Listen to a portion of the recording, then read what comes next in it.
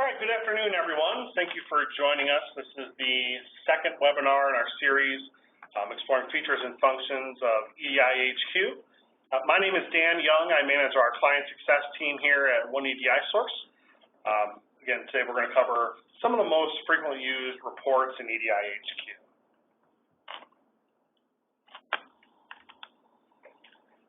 Again, with us today is Seth Lepper. Seth brings nearly 20 years of EDI and ERP experience. He's actually also our trainer here at One EDI Source, so we host a week-long training session every month, teaching how to map, helping people get up to speed with day-to-day EDI, and Seth's the one that runs that. So he's actually trained over 1,000 different EDI professionals, both again with our on-site and our virtual training. He's implemented EDI solutions for all organizations of all different sizes, and really just kind of an expert in a number of different industries and markets. Good afternoon, Seth. Good afternoon, Dan. In case you weren't able to make it to the last webinar session we had, we covered a couple different topics, covered system administration, some different ways to do performance enhancements and improvements. Talked about archiving. That's probably one of our most frequently asked questions, is how do we help with archiving, keep your database sizes small, keep your performance running. We also talked about mapper enhancements, give you some additional flexibility. If you haven't seen that webinar, that's available on our YouTube site. We can also send out a PDF of the PowerPoint presentation for you if you have that, so feel free to reach out and ask. We'll also be sending a PowerPoint of this webinar after the fact, so you'll have that for your reference. Today we're going to cover, like I mentioned, most commonly used reports in EDI HQ. There's actually over 30 different reports that you can run, but today we're going to go ahead and talk about just some of the more frequently used ones and why you would use those reports.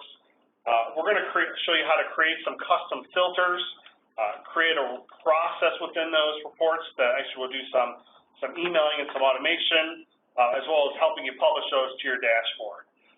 So with that, I'll turn it over to Seth. Thank you, Dan. Good afternoon, everyone. So the first report we're going to talk about is our functional acknowledgement reports. So again, from our main screen here, the dashboard in EDI HQ, we're going to start with the reports menu. You can see we have different sections or different categories here for each report. The functional acknowledgement reports, there are some detailed reports here, so you can filter by the interchange ID or the group ID. Again, you can get more detailed with that functional acknowledgement report depending on what you want to see. So we have one here that I'm going to show you that lists the interchange ID, the group ID, and the trans key.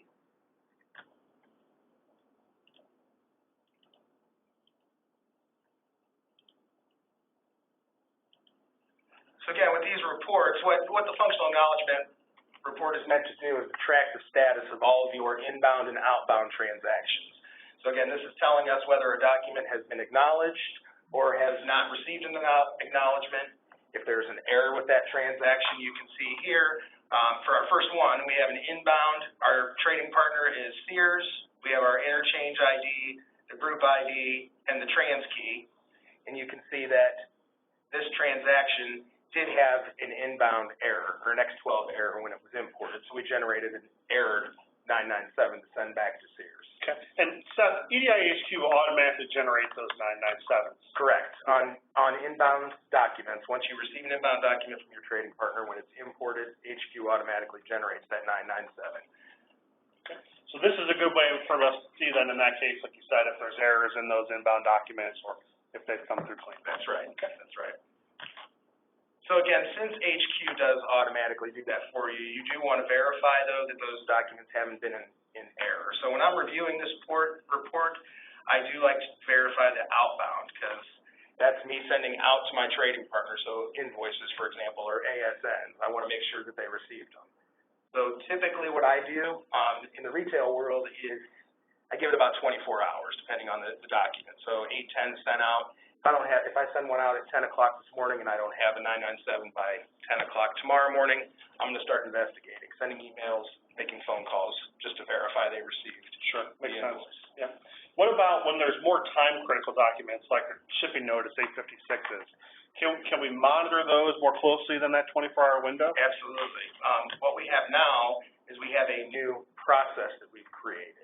So that will email you based on the time frame you select if an acknowledgement has not been received. So for example, if we want to monitor all of our ASNs going out, what we can do is create what's called a custom filter. So I'm going to go to my EDI data window, and I can narrow down my filter. So let's say right now I want to filter on all of the 856s, and again, you can put that date range in there if you want to, from date imported to today, or whatever time frame you're looking for. So from there, I can go to the filter menu, we'll do a save as, and I'm just going to call this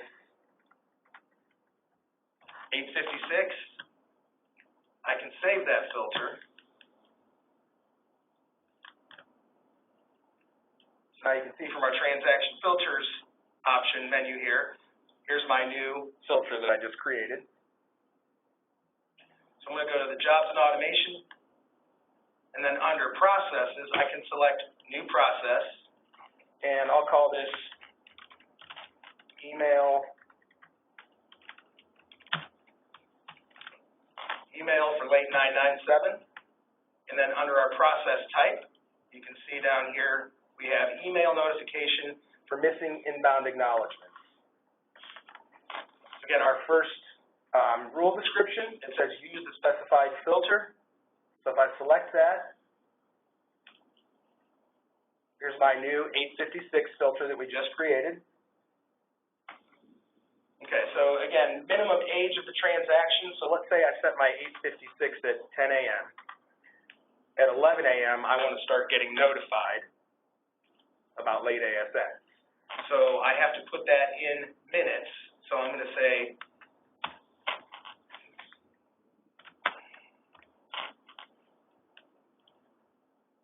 you can see here, our minimum age in minutes is going to be 60 minutes. And let's say I want to monitor up to 3 hours. So if I don't have a 997 for that ASN within 3 hours, I need to notify somebody. Okay. So for this one, we'll just go ahead and put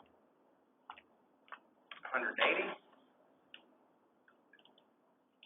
Say okay there. And then again, the specified email address, if you have a distribution list you want to send that out to, or there's a couple people that need to monitor, you can add as many email addresses as you need to.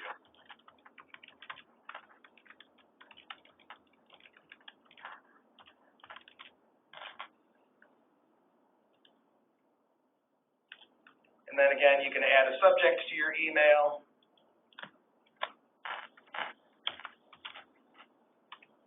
No 997 received. And then we can say okay, and I'll save that. So now what we would do is add that process to our job. So every time the job runs, it's going to check to see if there's a 997, and if not, I'm going to get an email. So that'll help me if I have a trading partner then that I have frequent issues with chargebacks or missing or late ASNs. That'll help me then kind of stay on top of that by knowing if they acknowledged it or not. Right, absolutely. Can you also in there set it up by specific trading partner or set up different rules for different trading partners? Yes, you can. So you can create as many of these custom filters as you need to. Okay. That's good. So then if I have a troublesome trading partner, I can set up a more tight time window. Right. Someone who has less strict rules or requirements, I can have that in mind. Right. And you can narrow down that filter as specific as you want. Okay, great. Okay, so the next section we're going to talk about are the logs. There are quite a few logs here. So the transaction logs, those list all of the transactions sent and received. And if there's any validation errors, it will notify you within that report also. So the first one I want to show you is the job log. So now if you needed to monitor something, if there was an issue with a job that ran, the job log will give you a detailed step-by-step of what was happening during that session. So right now when you come into this window for the job log, it only lists the last 10 sessions that were ran. There is a setting for that you can change that to have up to 20 or 100 if you wanted to. Okay. So if we go ahead and just take a look at our first one here. So you can see within this job, it's giving me step-by-step everything that had happened. So again, if there was an issue, you had a locked transaction or something like that, it would tell you in here what was going on. And that would help me identify what caused the problem, where it was, where I need to take off from last action. Right. Those types of things. Okay.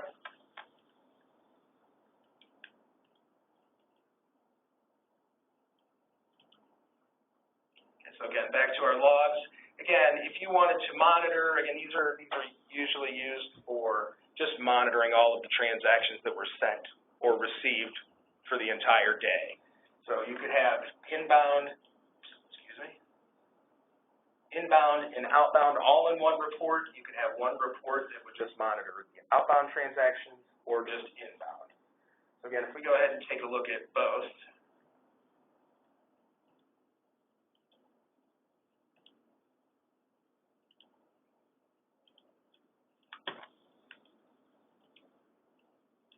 So again, you can see here it's listing my trading partner as Home Depot.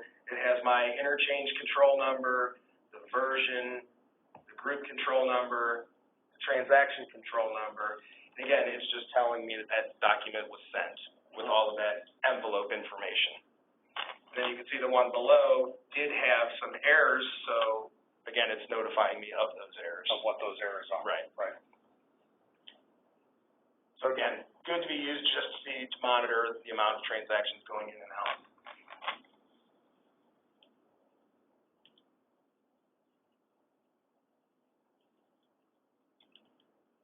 Okay, so next we're going to jump down to the transaction detail reports. So again, these reports, the one I like to monitor the most is the raw EDI with error details. And again, this is going to be your EDI coordinator that's going to be monitoring this report, not customer service or anything like that. Okay. So again, this is going to show me the raw EDI transaction, and it's going to list the errors that I have.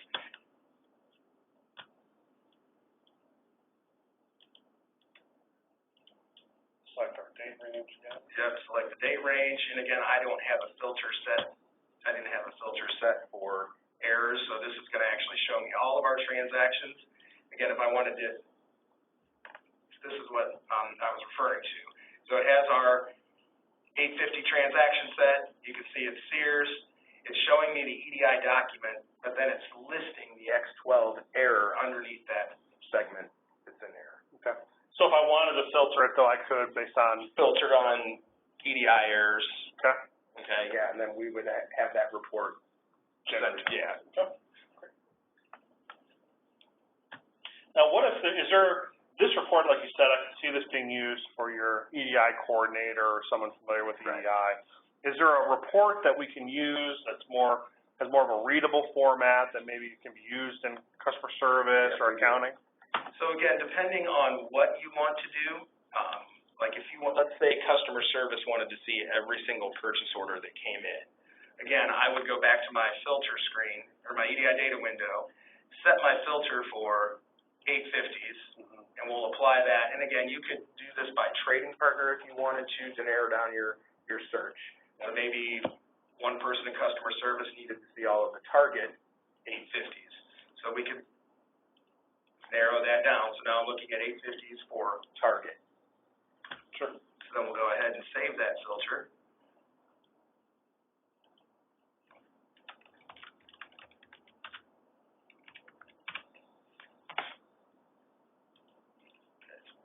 Save. Okay, so again, the report that we're talking about now, again, is going to be in our transaction detail reports, and it's called the EDI Reader Report. So now that I have my filter set, I can go down to Target 850s and Preview.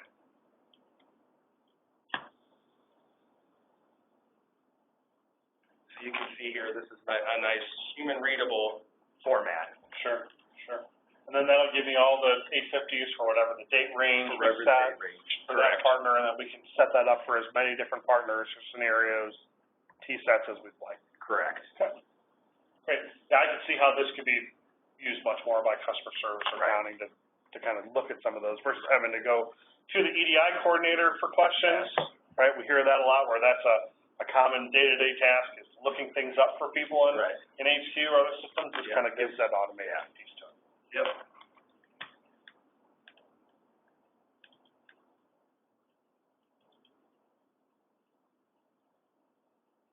Okay, so next we're going to jump down to retail reports since we're talking about customer service. This could be customer service type reports, maybe accounting. So we have an invoice summary report, and again, you can set your filter for invoices for today, let's say. And then this report could be viewed by customer service, and it'll list the grand total of all the invoices received. Sure. Or again, if you wanted to narrow it down to a specific trading partner, you could do that as well. So however we want to be flexible and customized, we can do that a number of different ways with all these different reports. Right. Right. So right now, I'm just going to filter for this week, and we'll say preview. And again, it's just going to show me the total number of invoices I have and the grand total for all of those invoices. Mm-hmm. So again, that would be an accounting type report. Yep, and then we can set that for date ranges, like you said, month, week, day, by trading partner. By trading partner, correct. Yeah, just depending on what you want. Again, that's how you customize your filters. Sure. Makes sense.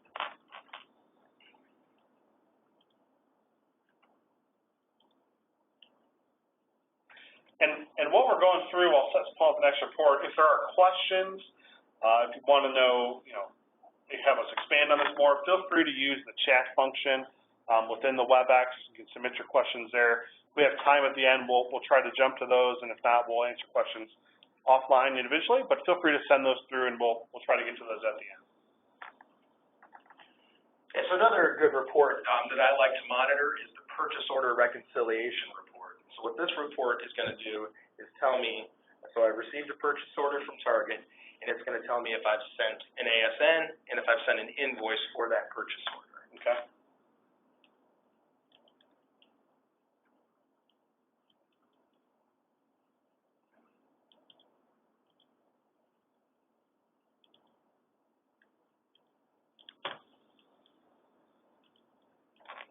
Okay, so as you can see here,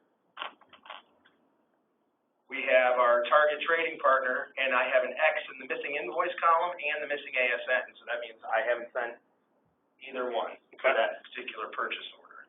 We jump down here to Walmart, you can see that it's missing an invoice, but we did send an ASN. Okay. Yep, so then we can run that, and again, time frames, trading partners. Right. And Seth, I'm sure you hear it, I know in client success we hear it quite a bit too, where actually invoices aren't sent out, or we miss invoices, and it seems like something you'd think would happen fairly rarely, but it is something we want to monitor and check for, right? Right, and lots of good reports to utilize for that. To do that. Again, this PO reconciliation report, going back to the FA report, again, will tell you that you've sent invoices or haven't sent invoices. Yep. Okay.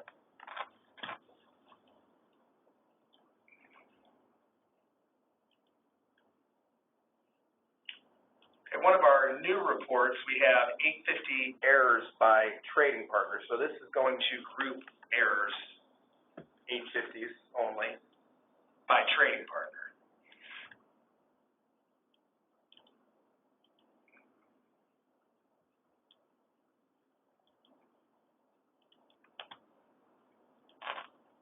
So you can see here I have a Sears trading partner. It lists the PO number and the date.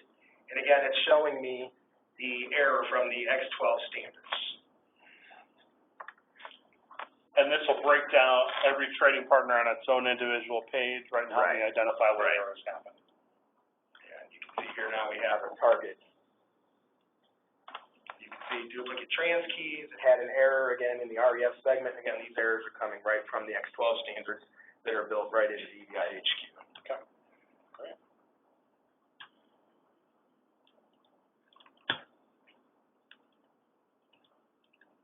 Okay, so I'm just going to touch very quickly on the configuration report.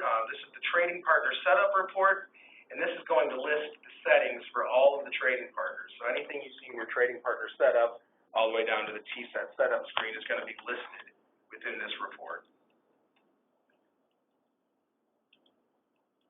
So you can see here is Home Depot. Again, it's got all of the ISA information.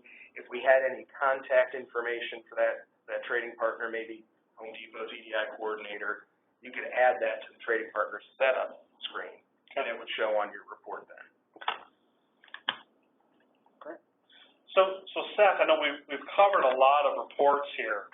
You know, what if I'm not the type of EDI coordinator that lives in HQ all day? So I don't really want to spend a lot of time going in here, running reports. Is there a way that we can automate that process or set these up so I just get an email when there's things I need to manage by exception? Right, absolutely, absolutely. So again, I'm going to go back to our EDI data window here. So I'm the EDI coordinator.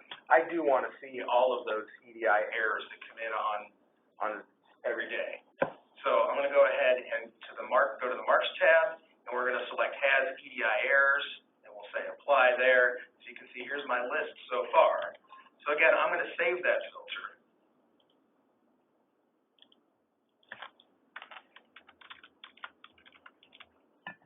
Call that EDI Errors. I'm going to go ahead and save that.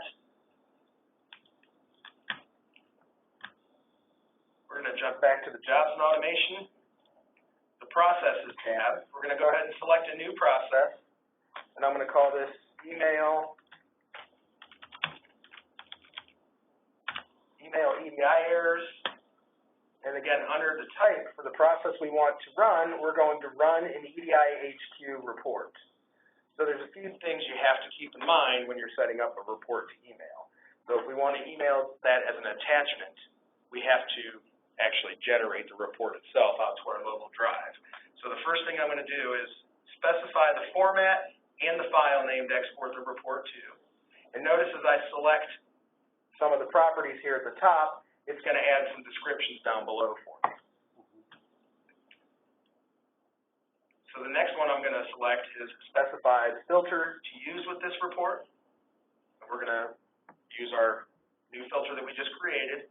If you wanted to send that report to your printer instead of an email to, you can also do that. Now we're going to go ahead and select Email Any Generated Report. So we have a couple options here to archive and delete after the report is emailed.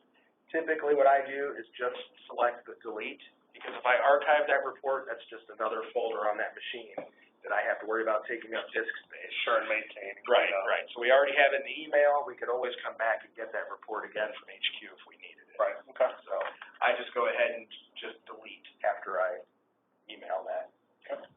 So now we'll jump down to our descriptions, and here it says execute the specified report. So if I go ahead and click that link, it says report name here. So again, the way I'm setting this up right now, you can do that for any report that we have, any built-in report, because you can see here it has them all listed for us. Okay. So again, if I was going to use that EDI reader report and send that off to customer service, that report is in here.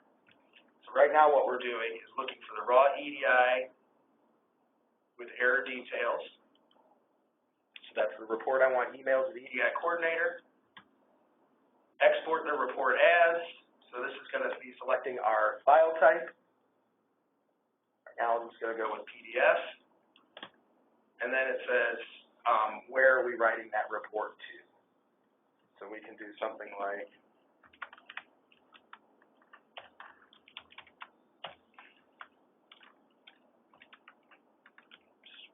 so we'll call it EDI errors.pdf. Go ahead and save that. Okay, so our time span. So again, right now it defaults to the current job. So what we can do, what that means is if a job runs at 10 a.m., let's say, and there are EDI errors, I'm going to get that email. With that one time, with that job. Okay. So if it runs at 10:30, those errors still exist. It's only going to show me the current job, so I won't get that email again. Okay. So a good way to handle that would be to select to the relative date, and we could do for today, or let's say this week for instance. Okay. So now I'm going to get that email all the time until that error is taken care of. Okay. So that way I can keep track of that error and make sure I'm being poked and prodded a little bit until I resolve it. Until somebody takes care of it. Yep. Got it. Go ahead and say OK there. So now it says use the specified filter with this report. So I'm going to go ahead and select that. You can see we have our new custom filter that we just created, EDI errors. We're going to go ahead and say okay, and then the email. So I'll go ahead and select that. Again, you have a distribution list. You have a couple people that are monitoring the EDI system that need to get notified. You can add as many email addresses as you need to. Do you recommend a distribution list, Seth, to use for this type of stuff? You can. It just depends on exactly what you're doing. Okay. So again, if it's just one person monitoring or two people monitoring, you could just add both your email addresses here. Okay. But again, depending on the report you're sending out, sometimes it's a good idea to just have a distribution list. Okay.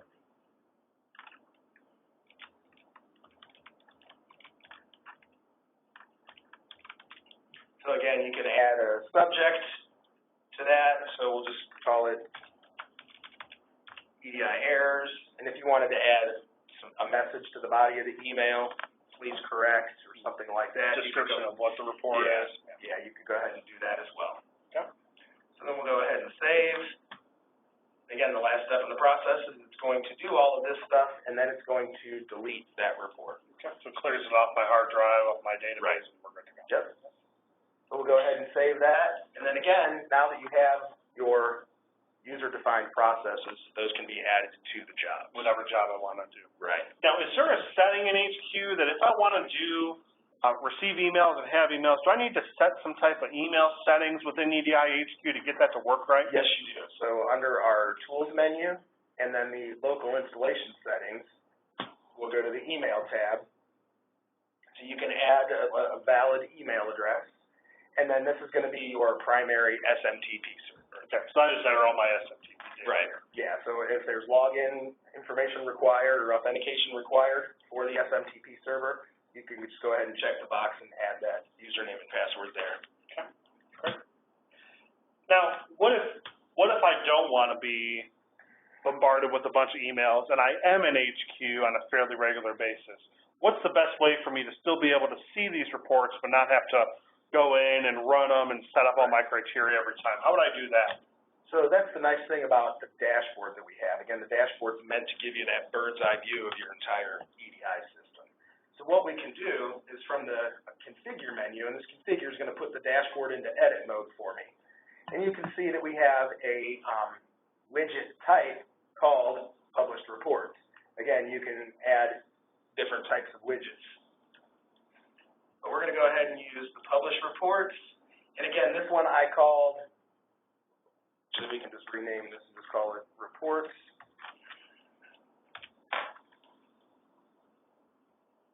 Go ahead and add. So again, this is going to show me all of the reports since I have that box checked. So if I had more than one report configured, that's what that would show me. So we can go ahead and say okay there. And now I can save my dashboard, and now you can see here that I have my reports widget, and it has my error report. Okay, great. So then there's a report itself. There's the report itself, yeah. Okay, great. So now that's all available right within my dashboard. So I can either have those emails sent off to some people. So if I wanted to send out that reconciliation report or the PO or the invoice totals, I can send that to customer service, but I can get my EDI specific reports in my dashboard if I wanted. Right. So I can kind of customize that, whatever my business need or process is, I can set all that up. And again, that's good for someone that is in HQ all of the time. Okay. And monitoring that dashboard on a regular basis. Okay. Yeah, it makes sense, and it really kind of shows that functionality and that ability to manage by exception that we have within EDI HQ. Right. So, if there's questions, feel free to, send those through. We'll give a few minutes here to have those kind of come through the line here. Wanted to call out kind of how to act on this. So if you want some advice or want some help setting up some of these reports, want to talk to someone in client success about how to best manage that, how to help with issues with accounting, late ASNs, we can help on that side. We can get you in touch with someone like Seth to help you actually implement some of these things if you're not comfortable. But wanted to give you a contact here. Obviously, you can reach out to us here, our client success team at client@oneedisource.com. Feel free to watch the webinar series. Like I said, session 1 is up on our YouTube page. We'll have this one set up and hopefully up by end of week here, if not early next week. So for those of you, if you have other folks at your organization that weren't able to attend, we can get you that link, send that out, or if you'd like to have that link to review it yourself, we can get that set up. Keep an eye out for additional communications. So we're doing these webinars on a fairly regular basis now, so feel free to send us in ideas of topics you'd like to see. If there's areas where you've struggled with, I'm sure other customers probably have as well too, so we'd love your feedback on ideas and topics. I think we're still going to do a few more here on HQ.